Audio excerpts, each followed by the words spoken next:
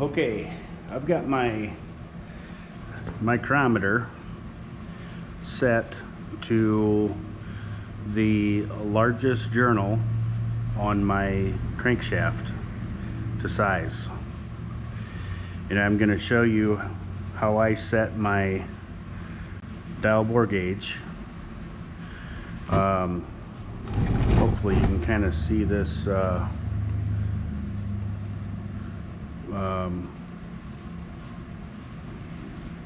readings of that, but I get on here and you can see this needle moving, and there's always, you're gonna keep wiggling your micrometer around, you're gonna find the high spot. See if you can see that 0 being right there. So I've got this set at exactly the largest crankshaft journal, and because there's a couple tenths difference between my crankshaft journals, because they're not all machined exact. I mean, in a perfect world, a crankshaft grinder would make those all identical, but a tenth of a thousandth isn't very much. And in the previous little video, I tried to describe this, but I just want to show you here. Here's my smaller micrometer, and if you can see that, it reads dead 0 when it's, closed. Now I'm gonna measure this piece of paper, one sheet,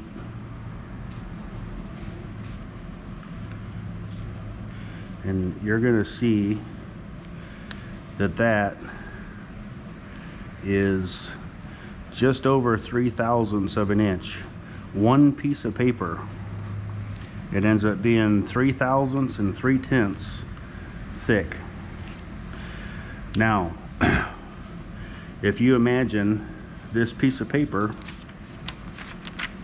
take that as you look at it like that and slice that into 30 pieces, and that is how thick a tenth of a thousandth is.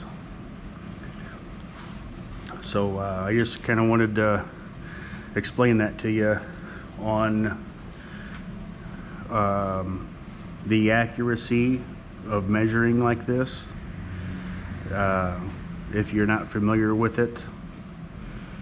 And now I'm going to put in I had to order a different set of main bearings for this engine because the clearances were a little too tight with the original set that I bought. So, and that's another thing, those aren't all the same. Like I mentioned in the previous video, the shell thickness of some of those, it can vary a tenth or two, which changes. Like if you've got your crankshaft and then your engine block, you've got, oh wow, this is a really excellent drawing, don't be jealous. The distance between the bearing and the crankshaft, that's where oil travels through to keep the metal to metal friction. When you start your engine and you have oil pressure, oil is pumping through this cavity, and that's what, like I said, keeps that metal to metal friction from happening. And you increase this oil clearance on an engine like a race engine that's turning a higher RPM, which would have more heat. You can increase this a little bit to allow more oil to flow through it. Now, back in the 70s and 80s, everybody thought it was cool if they started their car and they had 70 or 80 pounds of oil pressure at an idle, they thought they had a good engine. Well, if you have that much oil pressure, that's a tighter oil clearance where there's not as much room between the crankshaft and the bearing for oil to even travel through there. And if you put a high volume oil pump in there, there results in a higher oil pressure because of that. Let's say a stock oil clearance is only 1.5, maybe 2 thousandths in here. A race engine is more 3 thousandths ish, 2.5, 3, a little bit larger. So I guess kind of think of that as if you had a 2-inch water hose on your faucet out back and you held it without an end on it, there's a lot of volume of water coming out, but it's probably barely dribbling out of the end of the hose.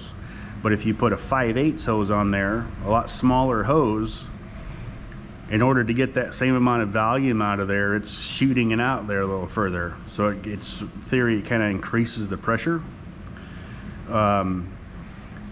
And so having 80 psi at an idle, sure, that might make it, when you're looking at your gauge, you might think, oh, I've got a good motor, I got 80 psi of oil pressure.